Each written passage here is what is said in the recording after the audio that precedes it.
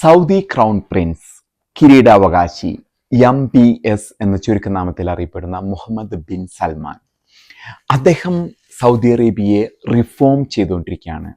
ലോകത്തിലെ മൂന്നിലൊന്ന് വിശ്വാസത്തിൽ ഉൾപ്പെട്ട ഇസ്ലാമിക സമൂഹത്തിൻ്റെ മക്ക, മദീന.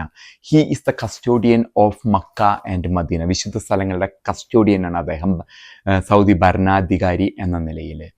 അദ്ദേഹത്തിൻ്റെ പല പ്രവൃത്തികളും ഇപ്പോൾ ലോക ശ്രദ്ധ ആകർഷിച്ചുകൊണ്ടിരിക്കുകയാണ്.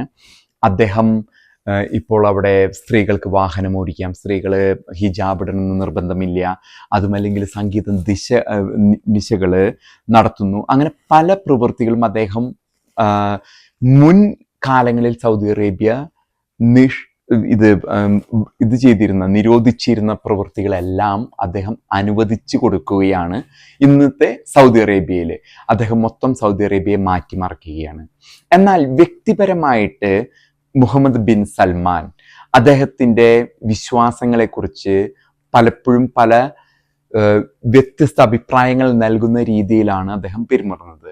കഴിഞ്ഞ ഏതാനും നാളുകൾക്ക് മുമ്പ് അദ്ദേഹം ഈജിപ്തിലെ കൈറോയിലെ അൽ ഹദീദ് എന്ന ക്രിസ്ത്യൻ പള്ളിയിൽ പോകുകയും അദ്ദേഹം ഒരു ലോ പ്രൊഫൈലായിട്ട് വെച്ചിരുന്ന ആ ഒരു സന്ദർശനം, എന്നാൽ അദ്ദേഹം ആ പള്ളിയിലെ ആരാധനക്രമത്തിൽ പങ്കെടുത്ത ശേഷം അവിടെ ചെന്ന് ഈ ഒരു പള്ളിയിലെ കുർബാന അതല്ലെങ്കിൽ സർവീസിന് ശേഷം അദ്ദേഹം മുന്നോട്ട് വന്ന് ഒരു പ്രസംഗം നടത്തുകയും വളരെ വൈകാരികമായ രീതിയിൽ അദ്ദേഹത്തിൻ്റെ പേഴ്സണൽ എക്സ്പീരിയൻസ്, ഫീലിംഗ് അവിടെ പറഞ്ഞു. അതിനുശേഷം ഒരു 10 വയസ്സുകാരനായ പയ്യൻ്റെ അടുത്ത് എന്തോ തോളിൽ തൊട്ടി എന്തൊക്കെയോ അദ്ദേഹം പ്രതിപാദിച്ചു എന്നാണ് പുറത്തു വന്ന വാർത്തകൾ. അതിൻ്റെ വീഡിയോസൊക്കെ യൂട്യൂബിൽ കിടക്കുന്നുണ്ട്.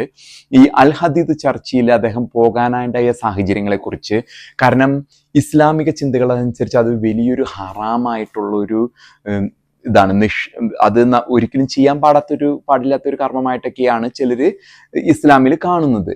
എന്നാൽ നമുക്ക് ഈ സൗദി ക്രൗൺ പ്രിൻസിന്റെ ഉള്ളിലുള്ള പലരിൽ നിന്നും മനസ്സിലാക്കാൻ സാധിച്ചത് അദ്ദേഹം ശാരീരികമായിട്ടും മാനസികമായിട്ടും വളരെ വലിയൊരു പ്രതിസന്ധി ഘട്ടത്തിലൂടെ കടന്നു പോകുകയാണെന്നും അദ്ദേഹം അതുമായിട്ട് ബന്ധപ്പെട്ട് ആത്മീയമായിട്ട് പല അദ്ദേഹം ഒരു ഈ ആത്മീയ അർത്ഥങ്ങൾ, മീനിങ് ഓഫ് ലൈഫ് എന്നൊക്കെ പറയണമെന്ന് ചിലർക്ക് ചില ചിന്താഗതി എന്ന് പറഞ്ഞ മാതിരി ഇദ്ദേഹത്തിനും അങ്ങനെയൊരു ചിന്താഗതി, അദ്ദേഹം ഈ ഒരു പ്രവൃത്തി ചെയ്തതിലൂടെ അതിൻ്റെ പേരിലാണ് ഇങ്ങനെയൊരു ക്രിസ്ത്യൻ പള്ളി സന്ദർശിക്കുകയും അവിടെ സർവീസ് ചെയ്യുകയും അദ്ദേഹത്തിൻ്റെ വളരെ അധികം വൈകാരികമായിട്ടാണ് അദ്ദേഹം ആ സന്ദർശനം നടത്തുന്നത്. ഒപ്പം തന്നെ ഇതോടൊപ്പം കൂട്ടിച്ചേർക്കേണ്ടത് ഏതാനും വർഷങ്ങൾക്ക് മുമ്പ് 2017 അദ്ദേഹം ഒരു യേശു ക്രിസ്തുവിൻ്റെ സാൽവേഷൻ ഫോട്ടോ 4000 കോടിയാണെന്ന് എൻ്റെ ഓർമ്മ. അത്രയും വലിയ വിലയിട്ട് ലേലം വിളിച്ചെടുക്കുന്നു. അപ്പം എന്താണ് അദ്ദേഹത്തിൻ്റെ വിശ്വാസ പ്രമാണം, എവിടെയാണ് മാറ്റങ്ങൾ?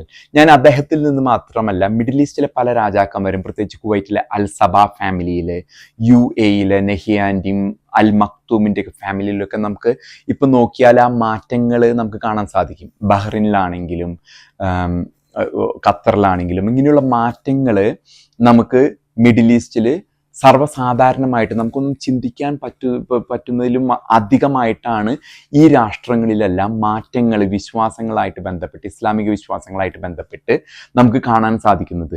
ഇതൊരു ആഗോള ട്രെൻഡായിട്ട് നമുക്ക് കാണാനായിട്ട് സാധിക്കുമ്പോൾ, ഇപ്പോൾ മുൻകാലങ്ങളിൽ മുസ്ലിം രാഷ്ട്രങ്ങളായിട്ട് നിലനിന്നിരുന്ന Morocco, Malaysia, Turkey, Egypt, Kazakhstan,